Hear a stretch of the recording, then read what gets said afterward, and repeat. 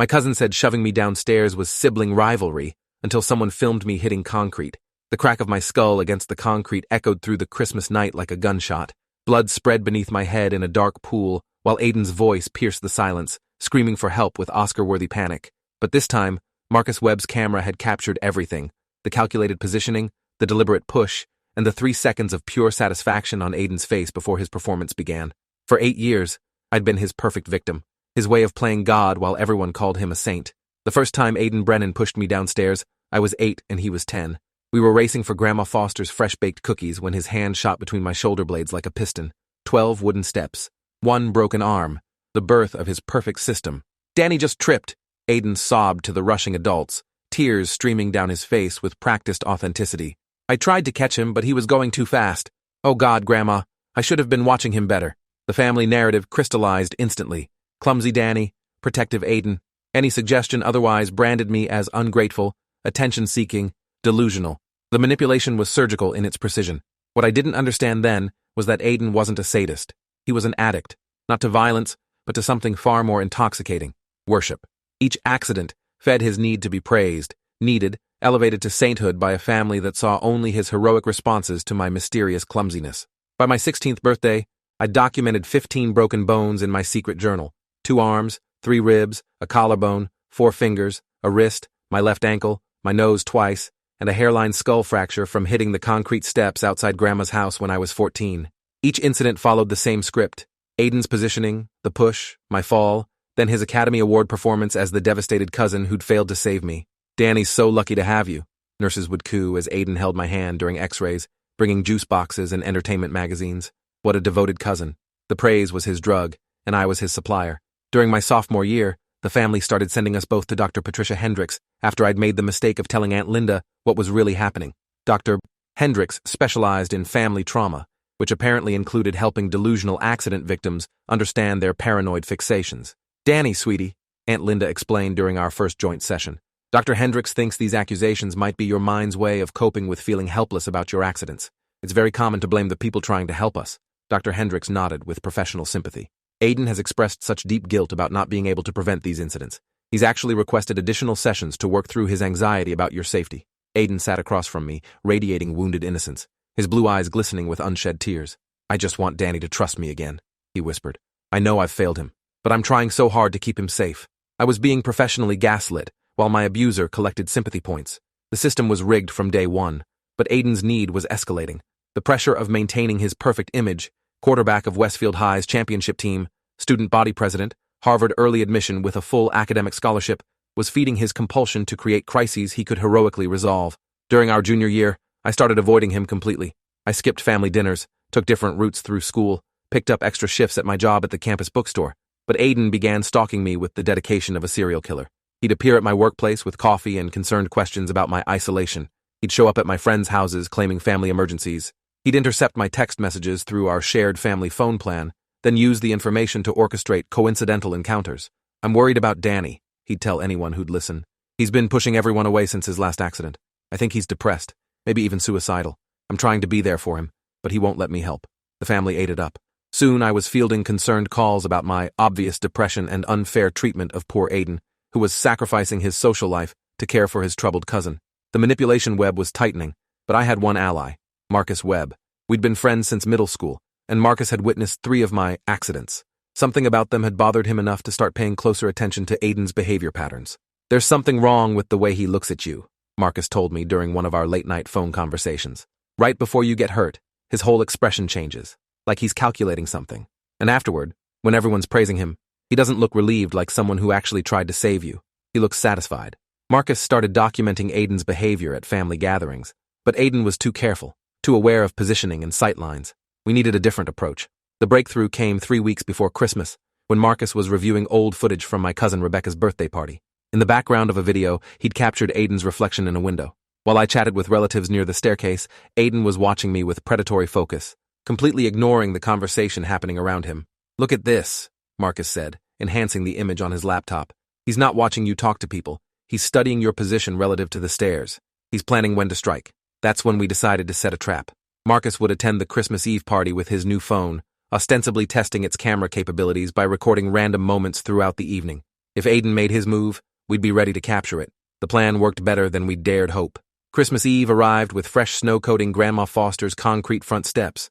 The house was packed with 3 generations of family, plus neighbors and family friends. Perfect cover for Aiden's usual performance. I'd been careful all evening, staying on the main floor, keeping to crowded areas. But around 9:30 p.m., I needed air. The house was stifling, filled with the smell of ham and perfume and the sound of forced holiday cheer from relatives who'd rather be anywhere else. Marcus had positioned himself by the living room window, ostensibly showing Grandma Foster his phone's new camera features. The device was recording everything through the glass, capturing the front porch and steps in perfect high definition. "Danny, wait up," Aiden's voice called as I headed for the door. "I'll come with you. You shouldn't be out there alone with those icy steps." The irony was breathtaking. My predator positioning himself as my protector while maneuvering me toward danger. Outside, Aiden's demeanor shifted subtly. The family-friendly mask remained, but something hungrier flickered underneath. He'd been building pressure all evening. I could see it in the tightness around his eyes, the way his hands clenched and unclenched.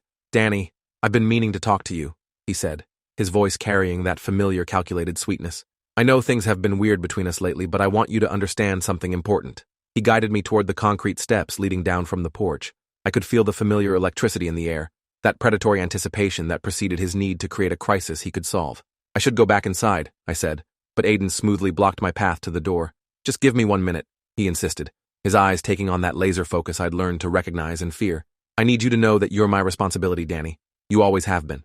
And I'm really, really good at taking care of people who need me." Through the window, I could see Marcus still recording, his face tense with concentration. This was it. After 8 years, we were finally going to catch Aiden in the act. "You see," Aiden continued, his hand finding my back and positioning itself between my shoulder blades, "some people are born to be heroes, and some people are born to be saved. We each have our role to play." The philosophy behind his violence was finally emerging. He wasn't just randomly hurting me. He was fulfilling what he saw as our destined roles in his personal mythology. "Aiden, I really need to go back inside," I said, but his grip tightened on my arm. "Not yet," he whispered, and for the first time I heard genuine menace in his voice. No audience to perform for, no family members to impress. Just pure, undiluted control. "I've been planning something special for you, Danny. Something that will make sure I can take care of you properly. Forever." The push came without warning. Harder than ever before, desperate and violent, as if 8 years of restraint had finally snapped. My body flew down the concrete steps like a rag doll, my head striking the bottom with explosive force. The impact echoed through my skull like a church bell, followed by warmth spreading beneath my face. But I remained conscious long enough to hear something that would haunt me. Aiden's laugh. Not his usual panicked screams for help, but genuine laughter. 3 seconds of pure, unadulterated joy before he remembered to perform. "Oh my God! Danny! Danny!" His voice suddenly cracked with manufactured panic. "Someone call 911. He slipped on the ice. I tried to catch him, but he was too fast." The family rushed outside in a chaos of screams and sobs. But this time, something was different. Aunt Linda stood in the doorway, not rushing to comfort Aiden or praise his quick response. She was staring at him with an expression I'd never seen before, dawning horror. "Linda, what's wrong?" Uncle Mike asked, but she couldn't seem to find words. Through my fading consciousness, I saw her eyes darting between Aiden's face and the patch of concrete where there was no ice at all. The ambulance ride was a blur of sirens and medical terminology. Severe concussion, fractured skull, brain hemorrhaging. But somehow, through the fog of trauma, I held on to one clear thought. Marcus had been recording. Finally, someone would see the truth. I spent 4 days in intensive care while Aiden maintained his vigil. He slept in the hospital chair, brought flowers daily, updated my social media with concerned messages about my recovery. The performance was flawless, but I noticed things were different this time. Fewer visitors, quieter conversations, nurses who seemed less charmed by his devotion, and Aunt Linda, who visited twice but spent more time studying Aiden than talking to me. On the 4th day, Detective Ray Coleman entered my room with a tablet and a grim expression. Behind him stood Marcus, pale but determined. "Mr. Foster," Detective Coleman said, "your friend Marcus contacted us with some footage you need to see. I'm warning you, it's disturbing." The video was crystal clear, shot through the window in perfect high definition. It captured the entire sequence. Me trying to leave, Aiden blocking my path, his calculated positioning, his philosophical speech about heroes and victims, and then the push. My body crashing down concrete steps, while Aiden laughed. But the most damning part came after the assault. For 3 full seconds before beginning his panicked performance, the camera caught him standing over my broken body with unmistakable satisfaction. He smiled. He actually smiled before transforming his face into a mask of horror. "Your friend has been suspicious of your cousin's behavior for months," Detective Coleman explained. "When he reviewed this footage and saw what actually happened, he contacted us immediately. Marcus stepped forward, his voice shaking with guilt and anger. I should have said something years ago. I've watched him hurt you over and over, and I kept telling myself I might be imagining things. I'm so sorry, Danny. I should have protected you sooner. The validation was overwhelming. After 8 years of gaslighting, someone had finally seen through Aiden's performance and cared enough to document the truth. I want to press charges, I said, my voice weak but filled with accumulated rage. There's something else you should know, Detective Coleman added. We've been in contact with Dr. Patricia Hendricks at Harvard Student Health Services. Your cousin has been seeing her for what he described as anxiety about academic pressure, but his sessions took a very disturbing turn. He opened a folder and began reading from therapy notes. Patient describes elaborate fantasies about people close to him requiring his care after traumatic injuries. Reports feeling powerful and godlike when others depend on him completely. When asked about the source of these thoughts, patient becomes evasive but admits to making some of them happen, to experience the feeling of being needed. The room spun around me. Aiden had been confessing to his crimes in therapy, framing 8 years of systematic abuse as fantasy and anxiety. Dr. Hendricks became alarmed after your cousin's most recent session, Detective Coleman continued. He described a detailed plan to cause permanent disability to his cousin so he could take proper care of him. She contacted us the same day, breaking doctor-patient confidentiality because she believed you were in immediate danger. The arrest happened during Aiden's constitutional law class at Harvard. Campus security escorted him out in handcuffs while his classmates recorded everything on their phones. Within hours, the video was viral. Golden Boy Harvard student arrested for assaulting his cousin. The family's reaction was swift and vicious. Aunt Linda called me sobbing, begging me to recant, insisting the video must be edited or taken out of context. Uncle Mike accused me of jealousy and vindictiveness, claiming I was destroying Aiden's future out of spite. He loves you like a brother, they repeated like a mantra. This will ruin everything he's worked for.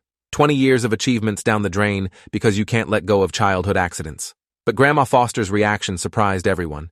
She arrived at the hospital the day after Aiden's arrest, carrying a manila envelope filled with photographs.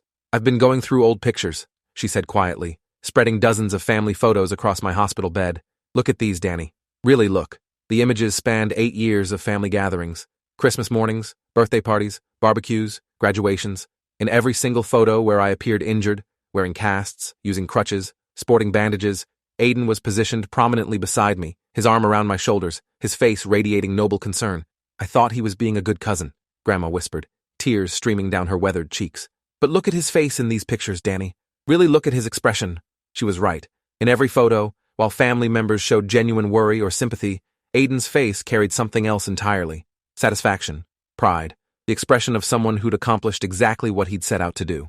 He collected you like a trophy, Grandma said, her voice breaking, and I helped him do it by praising him for being such a devoted caregiver. The investigation expanded rapidly once police started digging. Hospital records revealed the suspicious pattern of injuries spanning 8 years. My secret journal provided detailed documentation of each incident. But most damning were Aiden's own recorded therapy sessions. Dr. Hendricks had been documenting his confessions for months, initially thinking she was treating anxiety disorder. But as his fantasies became more detailed and violent, she'd realized she was listening to the confessions of an active abuser. He described each assault with perfect accuracy, she testified during pretrial hearings. Dates, locations, specific injuries, even the family's reactions afterward. He wasn't fantasizing. He was reliving actual events while framing them as dreams. The prosecution team, led by District Attorney Sarah Chen, painted a picture of calculated, sustained abuse disguised as heroic devotion. They brought in expert witnesses on psychological manipulation, family abuse patterns, and hero complex disorders. Ladies and gentlemen of the jury, D.A. Chen said during opening arguments, this isn't a case about sibling rivalry or accidental injuries. This is about a young man who spent 8 years systematically torturing his cousin while positioning himself as a saint. He weaponized his family's love and trust to create the perfect crime, being praised for cleaning up messes he'd created. But Aiden's defense team, led by high-powered attorney Robert Kellerman, fought back with everything they had. They hired expert witnesses to testify about my history of attention-seeking behavior and suggested I might be fabricating memories due to repeated head trauma. My client is being railroaded by a disturbed young man who can't accept responsibility for his own clumsiness, Kellerman argued. Danny Foster has been jealous of Aiden Brennan's success his entire life. These accusations are nothing more than an elaborate revenge fantasy designed to destroy an innocent person's future. The family testified as character witnesses, describing Aiden as a selfless young man who'd sacrificed his social life to care for his accident-prone cousin. Uncle Mike broke down on the stand, describing Aiden as the son I never had, and begging the jury not to destroy his future over misunderstandings. Aunt Linda's testimony was more conflicted. While she praised Aiden's devotion, her voice carried new uncertainty. I never questioned it before, she admitted under cross-examination. Danny fell downstairs, and Aiden was always there to help. It seemed natural, but watching that video, seeing his face afterward, she couldn't finish the sentence. Rebecca Brennan, Aiden's younger sister, was called as a defense witness, but provided testimony that stunned the courtroom. Under oath, she described years of her own mysterious accidents that had left her in psychiatric care for severe anxiety and depression. Aiden was always there when I got hurt, she said, her voice barely above a whisper. Broken bones, concussions, falls downstairs. He'd carry me to the hospital, sleep in the chair beside my bed, bring me flowers and magazines. Everyone said I was so lucky to have such a caring brother. D.A. Chen leaned forward. Rebecca, when did these accidents typically occur? When Aiden was stressed, Rebecca replied. Before big games, college applications, important events. It was like he needed someone to save to feel better about himself. The defense objected furiously, but the damage was done. Rebecca's testimony revealed a pattern extending far beyond me. Aiden had been collecting victims for years, creating dependency relationships through manufactured crises. During the prosecution's case, they introduced evidence that chilled the courtroom. Aiden's laptop contained detailed files on each of his victims, medical records he'd photographed, recovery timelines he'd tracked, even cost-benefit analyses comparing the investment of care against the return of family praise. The most disturbing file was labeled Danny Final Phase. It contained architectural plans for a wheelchair-accessible apartment, medical equipment catalogs, and a detailed timeline for transitioning from temporary care to permanent guardianship after my planned final accident. He wasn't just abusing his cousin, D.A. Chen told the jury. He was planning to cripple him permanently and then be praised as a saint for providing lifelong care. When Aiden took the stand in his own defense, his performance was masterful. He broke down in tears, admitting to playful roughhousing that sometimes went too far and expressing devastation over my injuries. I love Danny like a brother, he sobbed. The thought that he believes I would hurt him intentionally is destroying me. I've spent years trying to make up for those accidents by taking care of him. Every hospital visit, every recovery period. I was there because I felt responsible, not because I enjoyed it. For a moment, watching from the gallery, I worried the jury might buy his act. His performance was so polished, so convincing. Several jurors were visibly moved by his testimony. But then D.A. Chen began her cross-examination. Mr. Brennan, you've testified that you felt guilty about your cousin's accidents. Can you explain why you kept detailed medical files on his injuries? Aiden's composure cracked slightly. I wanted to make sure he got proper care. And the architectural plans for a wheelchair-accessible apartment? Were those part of ensuring proper care? I was planning ahead in case his injuries ever left him disabled. Planning ahead for injuries that hadn't happened yet? Silence. Mr. Brennan, in your therapy sessions with Dr. Hendricks, you described what you called rescue fantasies. Can you tell the jury what those were? Aiden's attorney objected, but the judge overruled. The therapy tapes were already in evidence. I sometimes imagined scenarios where people I cared about needed help, Aiden said carefully. Let me read you an exact quote from session 12, D.A. Chen said, consulting her notes. You told Dr. Hendricks, I dream about pushing Danny down the stairs at Grandma's house and watching him hit the concrete. Then I rescue him and everyone tells me I'm a hero. It makes me feel like God. The courtroom erupted. Aiden's face went white as his own recorded words played through speakers. The feeling of complete control over someone's life is intoxicating. I decide when they get hurt and when they get saved. I'm the author of their entire story. D.A. Chen played more excerpts. Aiden describing the perfect angle for pushing someone downstairs. His analysis of which injuries generated the most family sympathy. His excitement about transitioning from temporary care to permanent guardianship. These weren't fantasies, were they, Mr. Brennan? They were confessions. The jury deliberated for less than 3 hours. Guilty on all counts. Assault and battery, reckless endangerment, conspiracy to commit bodily harm. The verdict was unanimous. During sentencing, the judge delivered a scathing rebuke. Mr. Brennan, in 30 years on this bench, I've rarely seen such calculated and sustained cruelty. You didn't just assault your cousin. You psychologically tortured an entire family by making them complicit in your abuse.